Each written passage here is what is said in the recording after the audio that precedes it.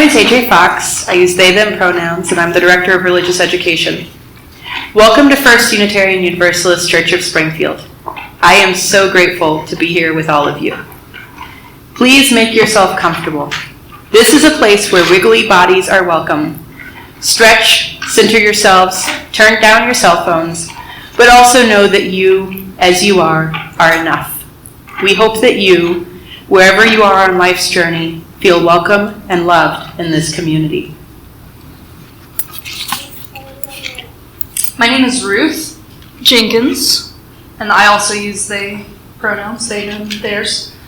And the opening words: we gather here to weave together this community anew, created from our individual lives and experiences. Each of us enters this space clutching sinews and fibers of our time apart, spoken and unspoken. We bring with us the bits that have shaped us. May we enter the work of making sense of this earth, piecing the beautiful and the tragic scraps together into a shared world. Our chalice lighter this evening will be Quill Hill. The words that we center ourselves with. It is enough in this moment to be here. To breathe in, to exhale together. We light this chalice as a symbol of our community. As this flame shines, may we shine.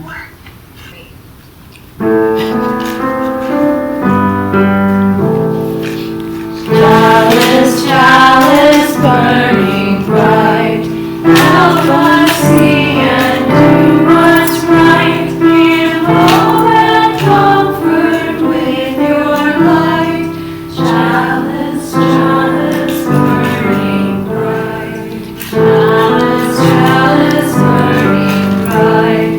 Help us see and do what's right. Give hope and comfort with your light.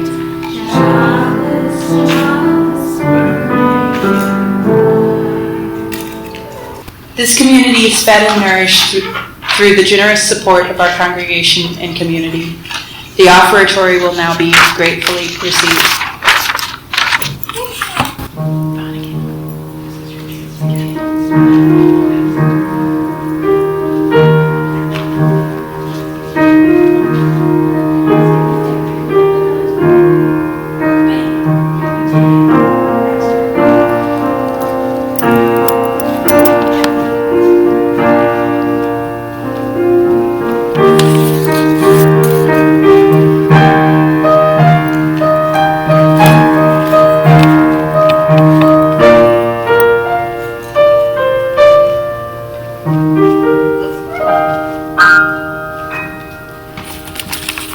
As Unitarian Universalists, we are gathered in a community bound by shared values and shared purpose.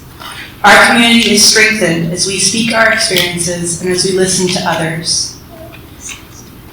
We begin by dropping a stone for all who are in harm's way, here and around the world. We uphold that Vonnegut really likes Daniel Tiger. This week, Adam and I got to see a 21-week ultrasound of a very wiggly baby.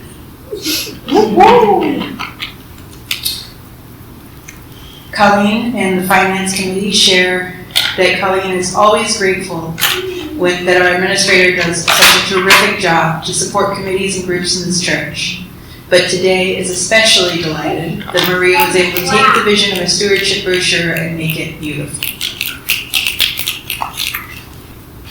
Carla's son-in-law today passed his PhD dissertation in computational chemistry.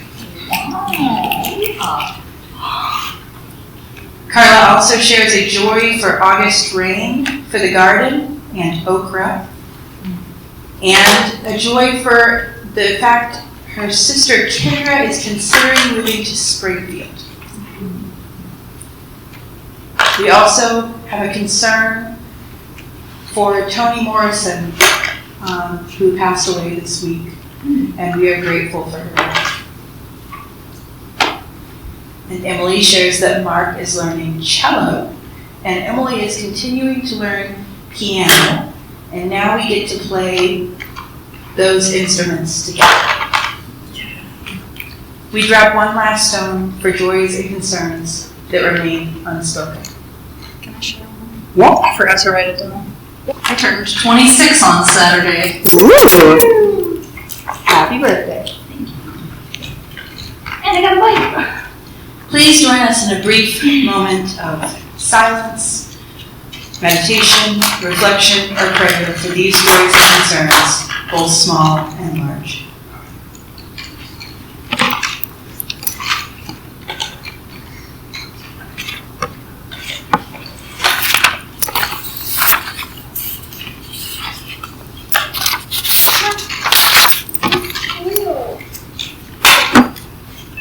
It is one of our shared rituals in this building to speak and listen to joys and concerns. Even the youngest class, the kids gather around their healing flashcards each Sunday and pick faces that reflect emotions. Some of the kids can share a concrete joy from the week, cupcakes or their cat that matches an emotion. But even before they have enough words to tell you the cause, these little kids can point out the emotions they're experiencing or have experienced that week. The kids glow as they're given a chance to label their emotions. Even when the emotions are not positive, it's empowering to have the ability to name a lived experience. One child downstairs recently picked scared. Scared is an emotion that we can all sympathize with sometimes. The child clarified that they were scared of specifically bats and when the lights went out. Joys and concerns that are spoken here in the church often echo the sentiments shared on the feeling flashcards, the sentiments shared in all of our hearts. Fear, happiness, exhaustion, surprise, the emotions that make us human. These are all known to each of us, and we share them out loud here in our community. We gather here for so many reasons. We come together for social contact. We bring ourselves together for connection to the interdependent web of human experience, out of a culture of intense individualism. We come to this place looking for ways to help shore up others as they navigate life's journeys. We enter this space some days hoping to find our own personal reinforcement. In this world, which can sometimes just be so much world, we also gather here to feel joy, to feel hurt, to feel concern, to feel grief, to feel compassion. We join together here to identify and speak our emotions. So much of our world spins past us without giving space to hold and inspect and be present with our emotions. News is given to us in 10-minute, 3-minute, 30-second bursts, and we are asked to sit with these sometimes heart-crushing pieces and then move on immediately. Our daily workplace, our daily interactions with the world may ask us to hold at arm's length ourselves, may require us to essentially mask our emotions, to pull ourselves together in moments of sadness, to focus and remain calm in moments of joy. Yet internally, we are each capable of experiencing the full grand palette of emotion. Each of us walks through our daily lives as a Venn diagram of our personal, daily, and our shared global experience. And in each of these identities, we feel. Our joys and concerns may be personal, they may be global, but usually they overlap, tied together with invisible tendrils of mutual interconnectedness. Our seventh principle is respect for the interdependent web of all existence of which we are a part.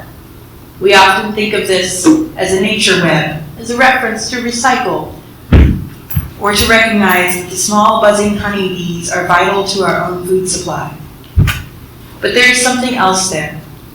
We acknowledge that our world is interconnected, that what happens to one of us happens to all of us, that the sorrows and the joy of the world are linked to our own existence, our own daily experience.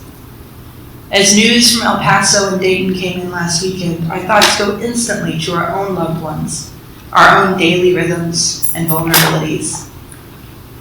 The news of a squishy baby niece or nephew is both a personal joy, baby snuggles are always a joy, and yet we may also find our hearts and minds thinking about abstract things like the Paris Climate Accord, or pipelines, or possible futures. A concern over the diagnosis of a friend may be both achingly personal. Will they be able to keep their independence? What is this going to mean for their quality of life? While also being much larger, will Obamacare stay intact enough to support them through this process? Does an unregulated pharmaceutical industry mean their insulin will be inaccessible? This acute individuality and this shared global emotional rhythm is where we find ourselves, and it is part of what brings us here together. As we gather here, speaking our joys and concerns, we can lean into the emotions of our daily lived experience. We can know that our emotions, those unspoken and those spoken, are held by others, heard by others, felt by others. It is in our search for bearing in this space between the individual and global humanity, we gather to build a space where it is okay to exist in our emotions. May we each find a place to feel, hear, and to know that our feelings are echoed by others. As we depart, we take with us small pieces of each other. We cradle with us the joys and concerns that are not our own. Thank you for your presence tonight. As we venture out again into our separate lives, may we find strength in this community.